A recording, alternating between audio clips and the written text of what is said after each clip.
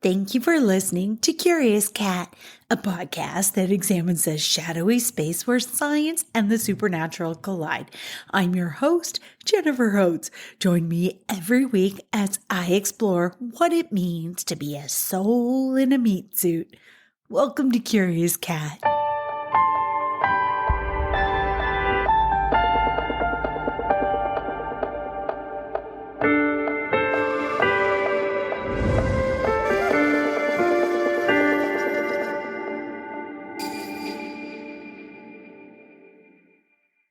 Do you believe in ghosts? Have you ever seen one? Have you known somebody that has? Would you like to? I'll have tips at the end of this episode that might increase your odds of seeing a ghost. The telling of a ghost story around a campfire or even a candlelit room in the wake of a power outage, it energizes a primal strand of our DNA. It transforms a power outage into a lifelong memory, and it might even lead us to snuggle closer to our partner or our dog or cat. As the leaves quiver in the wind outside and nightfall bleeds into daytime hours, the timing is right to examine the theory of ghosts. Let's get into it. Merriam-Webster defines a ghost as, quote, a disembodied soul, especially the soul of a dead person, believed to be an inhabitant of the unseen world or to appear to the living in bodily likeness, a spirit or demon. Synonyms for a ghost include apparition, bogey, haunt, phantasm, shade, spectre, sprite, wraith, phantom, shadow, poltergeist, or my personal favorite, visitant. An article I found titled The Ghost Who Lives With Us by ForsythWoman.com feels like an apt first peek at the theory of ghosts. Renee Scudra writes, quote, I have seen him once in profile from the corner of my eye passing from the living room into the kitchen, a dapper middle-aged man in 1940s clothing. He's attired in a collared shirt, patterned knit vest, double-pleated gabardine trousers, and dark-colored loafers. A fedora, the most popular hat in that decade, is atop his head. Startled, I jump up from my seat at the kitchen table as he suddenly vanishes in front of my eyes. My heart is pounding because I'm a largely rational creature, and this ghostly appearance cannot be squared with reality. I've read in paranormal literature that a ghost sighting is often referred to as an example of ontological shock, something that cannot happen but does, and it has. She continues, it makes perfect sense to me, however, the whispers I have heard, lights and water faucets turning on and off, things in the house moving or falling, the shadows I have intermittently seen passing through walls, freezing cold spots in the house, even when the central heat is set at 74 degrees, the voice on the internet screaming, you've got mail at 3 a.m., though I know for a fact that I shut the computer down many hours before. This is the unadorned truth. A ghost, defined as a dead person who interacts with the living world, lives in my home. And while people may scoff at the veracity of that statement, if you lived here with me, confronted with the occurrences of that unlikely reality, you would soon be a believer too. For the moment, we are both obdurate. Neither of us is leaving. There is what I might characterize as an uneasy peace, a bilateral acceptance of the fact that we share an earthly environment infused with indisputable supernatural overtones, for a certainty not everyone's cup of tea. It seems that I am in good company in my belief that my roommate apparition exists. According to a survey conducted by the Pew Research Center in Washington, Washington, D.C., almost 1 in 5 people said they have seen or been in the presence of a ghost. If that's correct, that equates to more than 50 million spirit encounters in the U.S. alone. Chapman University in Orange County, California, runs a yearly survey that asks people about their beliefs in the paranormal. In 2018, 58% of those polled agreed with the statement, places can be haunted. A 2019 Ipsos poll found that 46% of Americans say they truly believe in ghosts. The idea that the dead remain with us in spirit is indeed an ancient one in virtually all cultures and civilizations, appearing in countless stories from the Bible to Shakespeare's tragedy Macbeth. The belief apparently offers many people comfort. The deceased family members, for example, are with us in our times of need. Ghosts fascinate us, mysterious, inexplicable, extraordinary, eerie. They challenge the very foundations of how we make our world intelligible and meaningful. Never before have people sought to record so many ghost encounters, thanks in part to mobile phone cameras, microphones, electromagnetic field detectors, and other devices that ghost hunters typically use to capture sounds, electrical fields, and infrared radiation. On television, ghost shows enjoy an unparalleled popularity. Yeah, with me too. Even if we are not thoroughly convinced of the existence of specters, we are clearly curious about whether they are truth or fiction. Skeptics keep the debate going, though. They argue that if ghosts are real, their existence will be discovered and verified by scientists through controlled experiments. They posit that reports of ghosts can be explained by psychology, misperceptions, mistakes, and hoaxes. According to an article in Science News Explorers dated 10/31/2019, quote, scientists use reliable research methods and have found zero evidence that ghosts exist. What scientists have discovered, though, are lots of reasons why people might feel they have had ghostly encounters. The author points to various possibilities that can explain the existence of a ghost, such as experiencing a hallucination or having an incident of pareidolia, a tendency for the human brain to find patterns amongst ambiguous stimuli, like seeing faces or figures in a cloud. Effectively, the brain finds meaning in the meaningless, things that make them sensical. Sociologist Barry Markovsky at the University of South Carolina has forcefully argued in an October 25th, 2023 post on the school's website that anecdotes cannot substitute for objective research, that alleged hauntings have plenty of non-ghostly explanations. Still, the ghost stories remain with us. Their currency continues. Prime Minister Winston Churchill and First Lady Grace Coolidge swore up and down that they saw Abraham Lincoln in the Yellow Oval Office. George Washington is said to regularly visit the historic chamber at Mount Vernon, where he died in 1799. The ghost of former Governor Daniel Fowle allegedly has taken up quarters in the governor's mansion in Raleigh and likes to push his former bed forcefully against the wall in the evening. As I'm writing this, the light suddenly flickers in the den, and once again, my volume of Black's Law Dictionary has fallen from the shelf and lies open in the middle of the floor. As a former law student graduate, I cannot bear that abomination, which has happened on numerous occasions. I walk into the room and say out loud, "Please leave the law books alone and don't disturb my son and I and the sanctity of my place." When you live with things that go bump in the night, you have to give, even them, a modicum of respect. Playing it safe, I don't want to offend anyone or anything. For the rest of the evening, there are no more events, at least for now. End quote. I was struck with the details of her ghostly encounter and the uneasy alliance that she struck with the ghost in her place.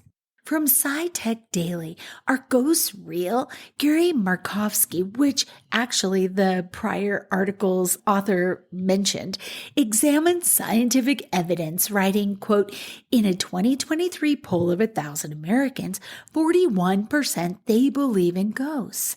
If they're right, then that's more than 50 million spirit encounters in the U.S. alone. And Markovsky continues, so what's the evidence? Never before in history have people recorded so many ghost encounters, thanks in part to mobile phone cameras and microphones. It seems there would be great evidence by now, but scientists don't have it. Instead, there are a lot of ambiguous recordings sabotaged by bad lighting and faulty equipment. But popular TV shows on ghost hunting convince many viewers that blurry images and emotional reactions are proof enough. As for all the devices ghost hunters use to capture sounds, electrical fields, and infrared radiation, they may look scientific, but they're not. Measurements are worthless without some knowledge of the thing you're measuring. When ghost hunters descend on an allegedly haunted location for a night of meandering and measurement, they usually find something they later deem paranormal. It may be a moving door. Is it a breeze? Or a chill, a gap in the floorboards? A glow, maybe a bug or light entering from outside? Electrical fluctuations, old wiring, or bumps and faint voices, crew in the other room? Whatever happens, ghost hunters will draw a bullseye around it, interpret that as evidence, and investigate no further. Okay, I have to interrupt here because, first of all, Cooper is at my feet snoring after eating supper time, which is kind of funny. So it's not a ghost, but also, my goodness, actually the best shows love to debunk things like bugs and dust and noises that their crew made or, a movement that knocked over something. But anyway, I'll stop interrupting the author. There are alternative explanations for paranormal events. Personal experiences with ghosts can be misleading due to the limitations of human senses. Well, I agree with that. That's why anecdotes can't substitute for objective research. Alleged hauntings usually have plenty of non-ghostly explanations.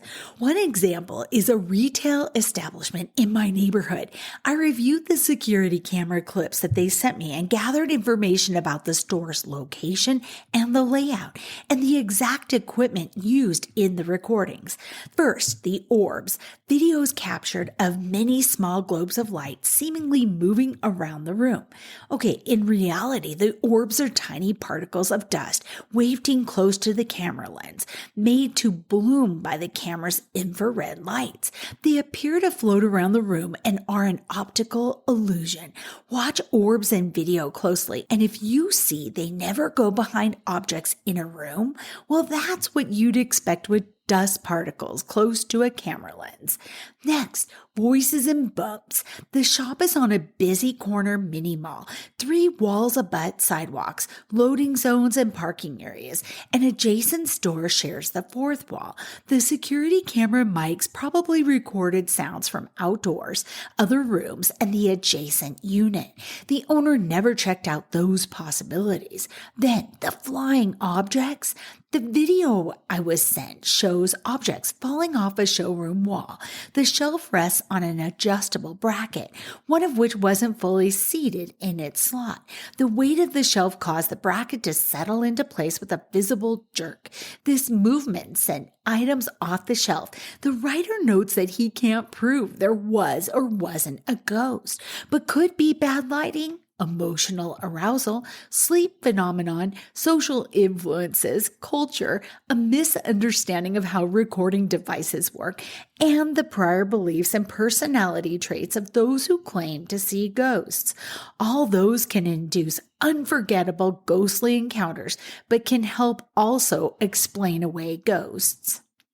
I found this in my daily ghost story calendar and I had to rip it out and share it with you. There was an English photographer and author that nurtured a lifelong fascination in ghosts and the afterlife. Sir Simon Marsden lived from 1948 to 2012 and often combined his artistic and spiritual interests by photographing buildings that were dripping with stories of mysteries and hauntings. In his investigations, he had encounters with the beyond that left him basically convinced of the existence of ghosts. Marsden believed that one possible reason for ghostly phenomenon was what he called the tape recording theory. And I have to say, right now, I'm just going to interject. Some people call that the stone tape theory, which we'll talk about later. This posited that emotions were tangible things that could be implanted in the electrical fields of physical objects, and that ghosts were simply manifestations of those echoes. According to Sir Simon Marsden, there was a second possible explanation for the existence of ghosts. His Earth force theory held that the Earth radiates significant amounts of psychic energy, which is particularly concentrated at intersections of invisible ley lines, supposedly used by pre-modern societies to locate important religious structures. The theory holds that the Earth-generated energy at these points creates a higher likelihood of paranormal activity, resulting in the appearance of ghosts. So Marsden believed in the Earth force theory and stone tape theory as reasons why and how the dead are able to make themselves known to the living. Are there other ways, though, to prove that ghosts are real? Life Science asks if Einstein's laws might prove their existence once and for all. Or maybe not. Benjamin Radford writes, a recent Google search turned up nearly 8 million results suggesting a link between ghosts and Einstein's work that covers the conservation of energy. This assertion is repeated by many top experts in the field. John Kachuba, in his book Ghost Hunters, writes, Einstein proved that all the energy of the universe is constant and that it can neither be created nor destroyed. So what happens to that energy when we die? If it cannot be destroyed, it must then, according to Dr. Einstein, be transformed into another form of energy. What is that new energy? Could we call that new creation a ghost? End quote. A group called Tri-County Paranormal states, quote, Albert Einstein said that energy cannot be created or destroyed. It can only change from one form to another. When we are alive, we have electrical energy in our bodies. What happens to that electricity that was in our body, causing our hearts to beat and making our breathing possible? There is no easy answer to that. End quote. Radford writes, in fact, the answer is very simple and not at all mysterious. After a person dies, the energy in their body is released in the form of heat and transferred into the animals that eat us. Oh my God, I have to interject. Where does he think most of us are dying? On a safari? Okay, I'm sorry. Back to Redford. He explains, wild animals, if we are left unburied, or worms and bacteria, if we are interred, and the plants that absorb us. If we are cremated, the energy in our bodies is released in the form of heat and light. When we eat dead plants and animals, we are consuming their energy and converting it for our own use. Food is metabolized when digested, and chemical reactions release the energy the animal needs to live, move, and reproduce, etc. That energy does not exist in the form of a glowing, ghostly ball of electromagnetic energy, but rather in the form of heat and chemical energy. Okay, but actually now ghost hunters are using things that detect heat, like the FLIR. But anyway, many ghost hunters say they can detect the electric fields created by ghosts. And while it's true that the metabolic processes of humans and other organisms actually do generate very low-level electrical currents, these are no longer generated once the organism dies because the source of the energy stops. The electrical current stops, just as a light bulb turns off when you switch off the electricity running to it. Okay, this feels fundamentally wrong to me. We are not like a light bulb. We are not hardwired into an electrical current. In fact, we are a very efficient, self-supporting electrical generator and a current loop in a sense, which makes me scratch my head because Radford's thought that we just shut off like a light bulb, it's fatally flawed to me. Radford goes on. Most of the energy, in air quotes, that any dead person leaves behind takes years to re-enter the environment in the form of food. The rest dissipates shortly after death, like fog or smoke. This didn't make sense, and it's in contrast to what he argued earlier in the article. But Radford says it's not a form that can be detected years later with popular ghost hunting devices like EMFs. Electromagnetic field detectors. Ghost hunters who repeat the claim that Einstein's theories provide a sound basis for ghosts reveal less about ghosts than they do about their poor understanding of basic science. Ghosts may indeed exist, but neither Einstein nor his laws of physics suggest that ghosts are real. Okay, interesting article. I've got links to it in the show notes, but I don't find his theory on what happens to our energy after we die to be very satisfying or even sufficient. I want to know more about that stone tape theory, by the way. And so I went hunting for it. And hauntedwalk.com did not disappoint, writing, "Why are some places haunted and others not? Why is there more activity associated with one location and not another? Why do different people from completely different backgrounds or even time periods often share the same experiences at the same location? Whether using strict scientific experiments or other forms of sensory research, many people have suggested theories about the paranormal to answer some of those burning questions. For nearly 2 centuries, many have explored an explanation that we now call the stone tape theory, or residual hauntings. Often linked with place memory, the stone tape theory is probably one of the most popular explanations for the presence of ghosts. Have you ever had a distinct feeling that you're being watched or listened to? That strange sensation that someone is lurking just around the corner? Or maybe you had the impression that someone has left a recording device that is capturing your words and actions to play it back at a different time. That creepy feeling that you may have experienced of being watched by unseen forces partially forms the basis of the stone tape theory. Although it became popular in the late 20th century, the theory has a storied past and it continues to interest paranormal researchers to this day. In the 19th century, there was a keen interest in examining how human activity may be recorded or left behind even after we've departed. The people researching these ideas weren't ghost hunters looking for, spiritual signals. Most were scientists trying to understand how the elements in our environments worked. Charles Babbage, a 19th century thinker, credited with the concept that eventually became the programmable computer, speculated about how spoken human words may remain in the air long after they are uttered. He suggested these words eventually become inaudible to most humans, but all of our speech floats in the air with us forever. According to Babbage, a few people could still interpret these inaudible words, and they had the power to unlock memories. Seeking out the recorded memories of a place was a part of many ancient cultures, but Babbage was likely the first person to write about what eventually became known as place memory.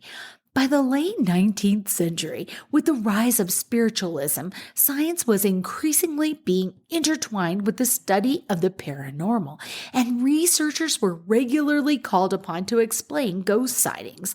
Place memory quickly became a popular theory for spiritualists who sought to explain why an unseen presence could be heard during seances or uncovered by the gifted presence of a medium. That concept of place memory speculates that people become linked to places for various reasons.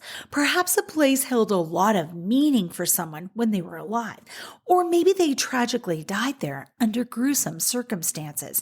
At the time, many people believed that ghosts floated around us at will or attached to a certain person. On the other hand, place memory suggested that spirits became connected to certain places. This idea of a ghost becoming rooted to a site probably sounds familiar. Many of our contemporary theories about the paranormal, and especially how the same ghosts tend to stay in the same place, is based on the concept of place memory. Place memory is very closely associated with psychometry, the idea that you can learn about a person or a place by just touching an object connected with that person or place. Joseph Rhodes Buchanan came up with the term psychometry, which means measuring the soul, in 1942. He was interested in the impressions that people left on objects, but also claimed we could unlock and interpret those impressions with the right techniques. Although many paranormal enthusiasts are probably familiar with this idea today, like place memory, psychometry was really new in the 19th century. Although place memory and psychometry suggested that ghosts may become attached to a certain place, there was no explanation of why or how. As scientists continued to study the elements and develop their understandings of physics and chemistry, they struggled to find explanations for the supernatural. But it seemed most people in the late 19th century were content to accept that ghosts were able to attach to objects. Besides, spiritualists were focused on perfecting their communication techniques. By the late 1930s, place memory was still a popular explanation for paranormal activity among spiritualists, but the theory was about to get broader attention. The foundations of stone tape. In the early 20th century, Henry H. Price advanced his theory about a psychic ether. He proposed that there was a realm where memories or thoughts were permanently stored. Wow, this brings to mind the Akashic records for me. Anyway, Price said that psychics and others connected with the spiritual world were able to access this realm and interpret the memories it housed.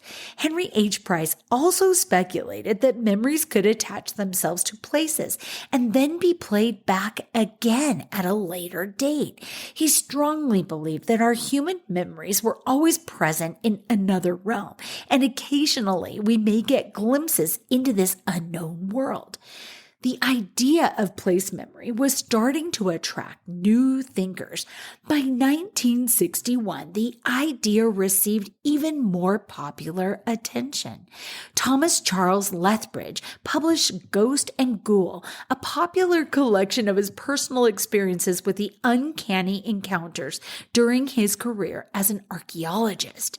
Believing strictly in science, Lethbridge was searching for an alternative explanation for the supernatural that made scientific sense. He concluded that there were still things about the earth to be uncovered, but perhaps impressions or memories can be stored in fields of energy. According to Lethbridge, they were unseen and often inaccessible, but sometimes humans encountered these fields of energy, and that resulted in paranormal encounters.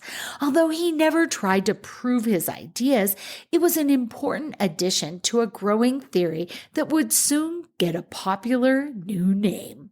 1972, The Stone Tape. Lethbridge's book was likely the main source of inspiration for the 1972 film The Stone Tape. In this terrifying, spooky tale, a group of researchers try to find how memories are being recorded in the stones of a Victorian mansion. As the name implies, the film shows stones taking a tape recording of events and then later playing them back on a loop without explanation for scared witnesses.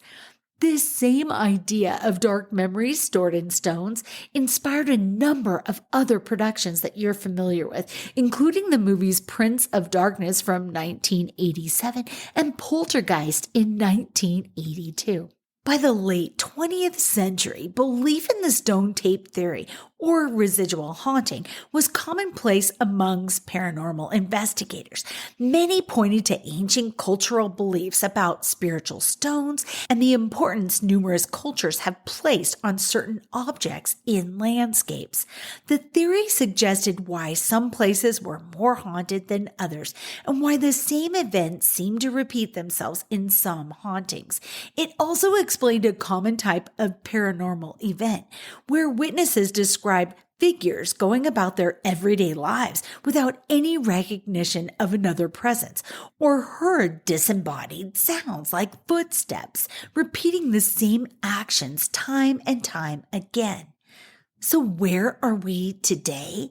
Nowadays, many paranormal researchers accept that there are different types of hauntings, and the stone tape theory or residual hauntings are only one explanation among many.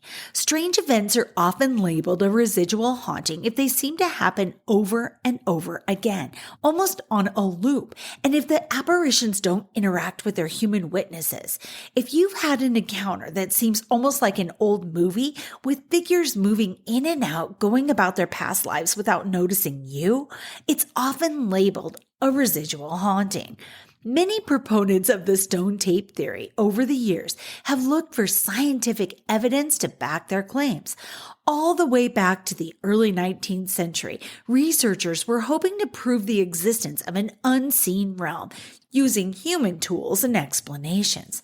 Although presented in a scientific way, some have pointed out that the explanations rely on unproven pseudoscience. However, other researchers are interested in the stone tape theory to examine how we relate to places around us and how we form memories. The next time you're visiting a haunted location, look around. Touch the stone foundations of the creepy barn down the old country road, or run your fingers along the cold masonry of the public building in your hometown. Wonder to yourself if those stones have recorded the memories of the past, and perhaps if you're there at just the right moment, those memories might reveal themselves to you. Maybe you hear the clink of old china, or feel the brush of a skirt going past, or see someone walking down the hall. But also remember, if those stones recorded memories of the past, they can also record your memories of the present. Perhaps you may become the subject of a future ghost story, where the stones of the old building play back your memories for the unsuspecting witnesses.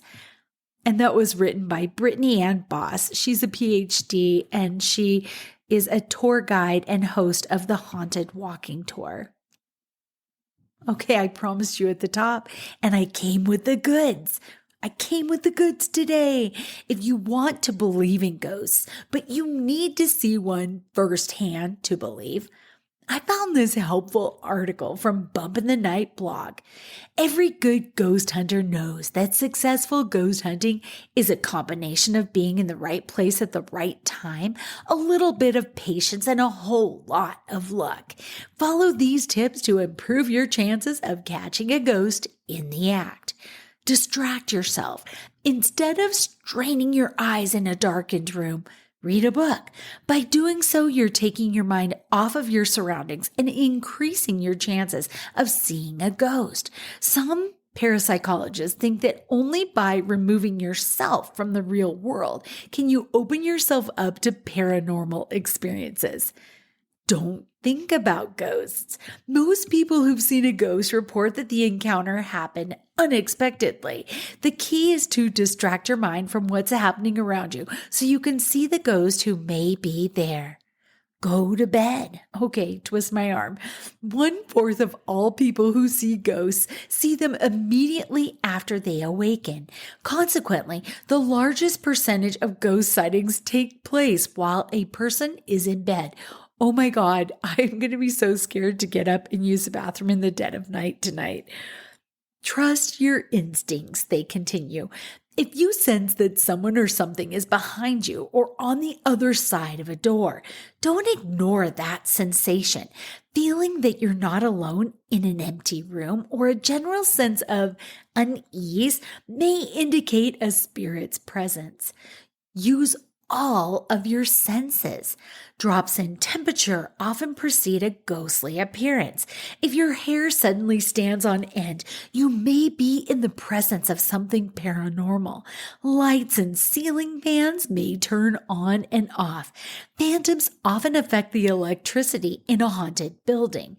Scents associated with the deceased in life, such as cigar smoke or lilac perfume, can herald the approach of an otherworldly visitor. Spend some time in the bathroom. Ghosts love water, they say. They have been known to turn water faucets in sinks and showers on and off, and even flush toilets. Some ghost hunters theorize that water conducts the energy associated with paranormal phenomenon. Feel lucky? Most people understandably report that a healthy fear of the unknown accompanied their paranormal experience. This is a natural reaction to a ghost sighting.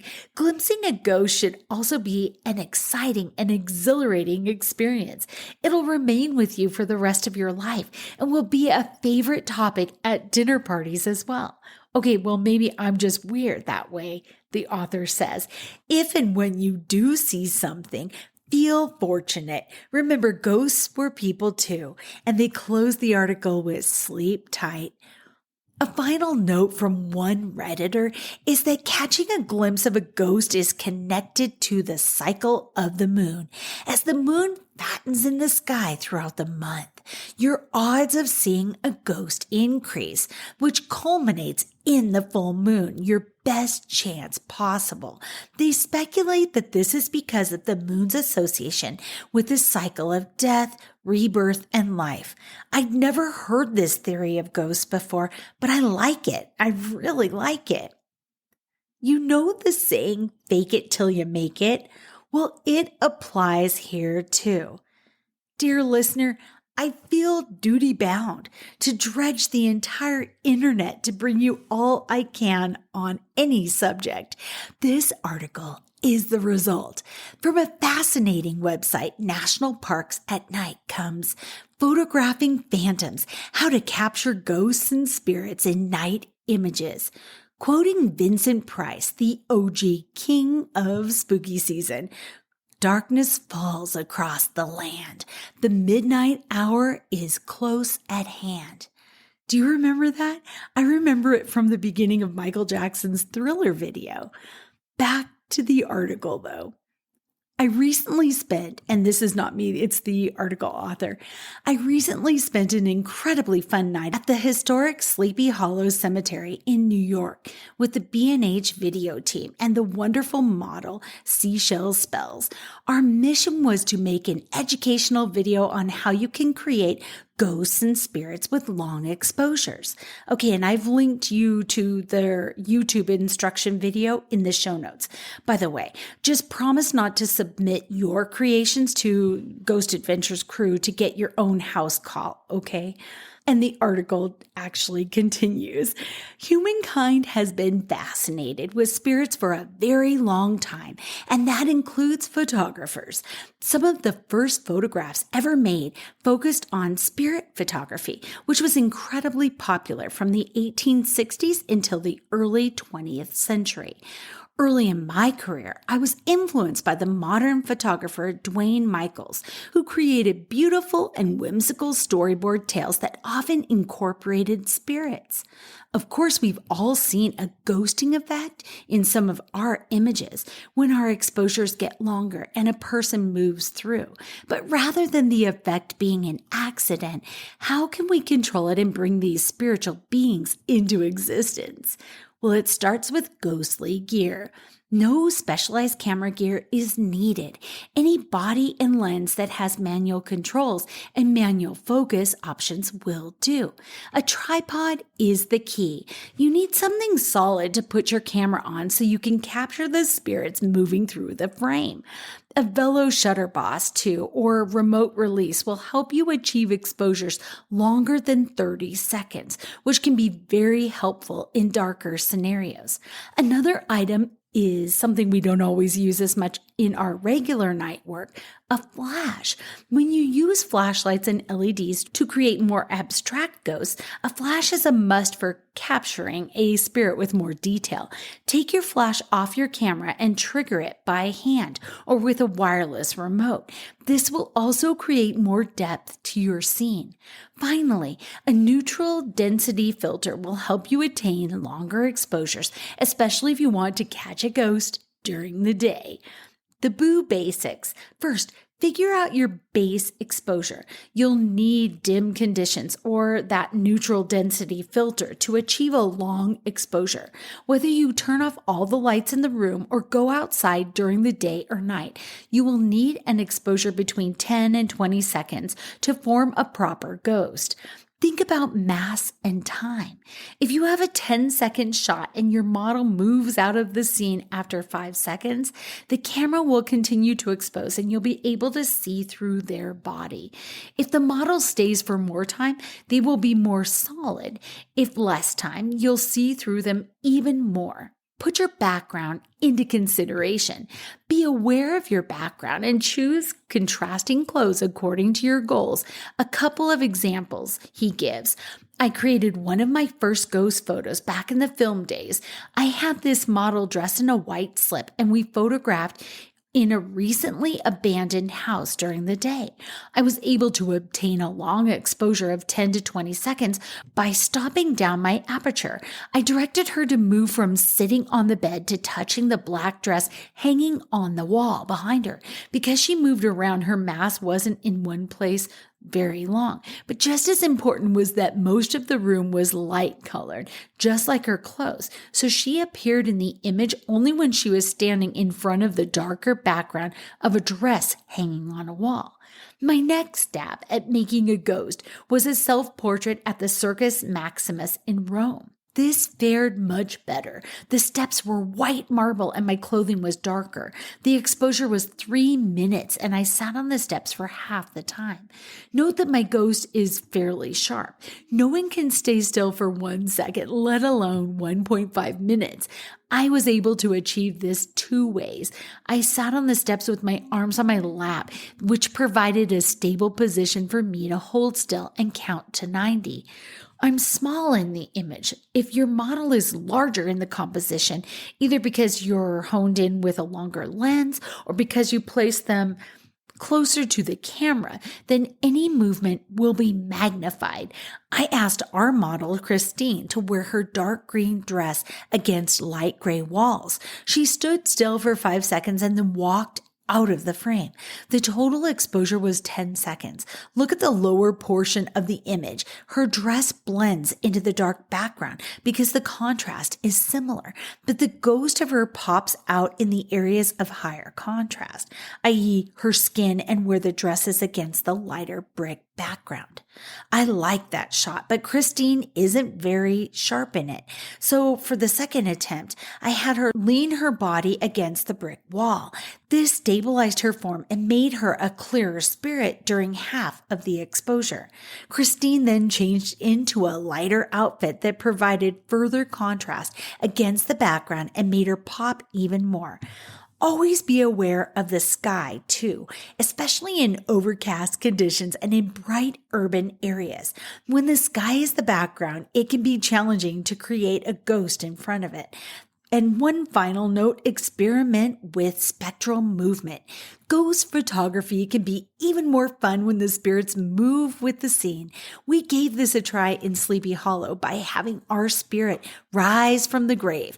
Christine lay down for half of the 10-second exposure and then sat up and stayed still for the other half. The first shot didn't work out because of the background interference. Her ghost was blending too much into the statue behind her. I readjusted my composition and we experimented with the timing of her various movements. He lays out a myriad of techniques to achieve spectral movement in this article and tutorial. And again, find the links in the show notes. It's so interesting. So as the nights become longer, I hope that this episode and these ideas inspire you to do a little ghost hunting of your own. Thanks for listening to Curious Cat. Until next week, stay curious. I love you.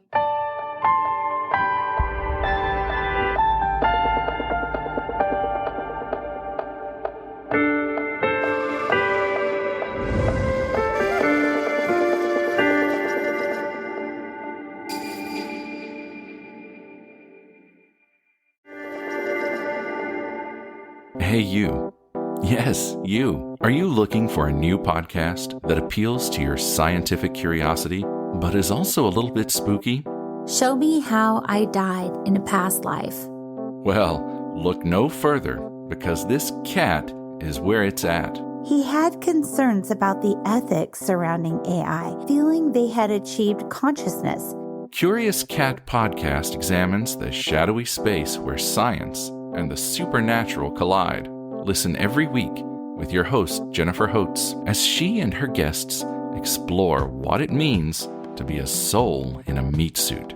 We were healing karma together. They were all kind of predestined to resolve something. Listen on all your favorite streaming apps and continue the conversation on Twitter at CuriousCatPodCA, or find Jennifer and all her links at Jennifer L. Holtz, spelled HOTES.com.